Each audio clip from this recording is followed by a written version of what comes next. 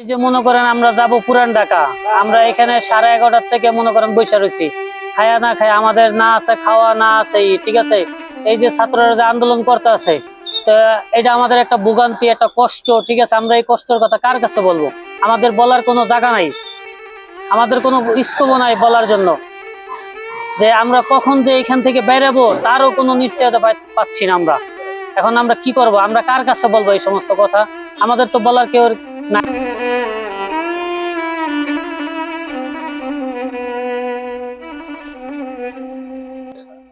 এখন এখানে যে আমরা গাড়িটা রাখছি রাস্তার মধ্যে, যে হঠাৎ যদি গাড়িটা ওরা যদি হঠাৎ রাস্তাতে সরে জায়গা, তাহলে তো আমার কারণে রাস্তাটা জাম হয়ে যাবে।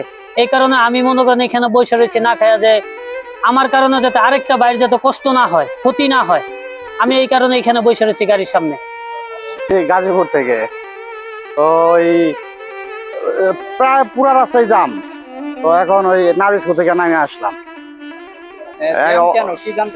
না জানতে পারছি না, শুধু এতটুকু জানছি যে ওদিকে কিছু গন্ডগোল হইতেছে, গাড়ি আটকা আছে। এই আপনাদের জন্য ভোগান্তি কিনা? অবশ্যই ভোগান্তি।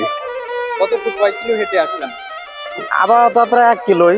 আবার সামনে তো আমার গন্তব্য গুলিস্তান, কত দূর হাঁটতে হয় জানি না।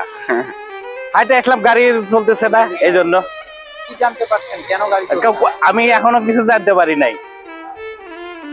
বললো যে গাড়ি যাবে না, গাড়ি নামাই দিচ্ছে। কিভাবে যাবেন এখন সামনে? পায়ে হাঁটে। এটা কি ভোগান্তি কিনা? এটা অবশ্যই ভোগান্তি। এই যে সামনে ছাত্রদের আন্দোলন হচ্ছে, কিসের আন্দোলন? এই 6 দফা দাবিতে তারা আন্দোলন করছে। কিসে কি 6 দফা? আমি এটা জানি না তো। এই যে কয়েকদিন পর পর সড়ক অবরোধ হয়ে যায়, এটা আপনারা সাধারণ জনগণ আপনারা এখন কিভাবে দেখছেন? সড়ক অবরোধ আসলে করা ঠিক না। এটা এটা আমাদের সাধারণের জন্য খুব ভোগান্তিকর একটা ব্যাপার। এই যে মনে করেন আমরা যাব পুরান ঢাকা, আমরা এখানে 11:30টার থেকে মনে করেন বসে রয়েছি, খায়া না খায় আমাদের না আছে খাওয়া না আছে, ঠিক আছে। এই যে ছাত্ররা যে আন্দোলন করতে আছে, তো এটা আমাদের একটা ভোগান্তি, একটা কষ্ট, ঠিক আছে। আমরা এই কষ্টের কথা কার কাছে বলবো? আমাদের বলার কোনো জায়গা নাই, আমাদের কোনো স্কোপ নাই বলার জন্য। যে আমরা কখন যে এখান থেকে বেরাবো তারও কোনো নিশ্চয়তা পাচ্ছি না আমরা। এখন আমরা কি করব? আমরা কার কাছে বলবো এই সমস্ত কথা? আমাদের তো বলার কেউ না। গাজীপুর থেকে ওই প্রায় পুরা রাস্তায় জাম। তো এখন ওই নাবিস্কো থেকে নামে আসলাম।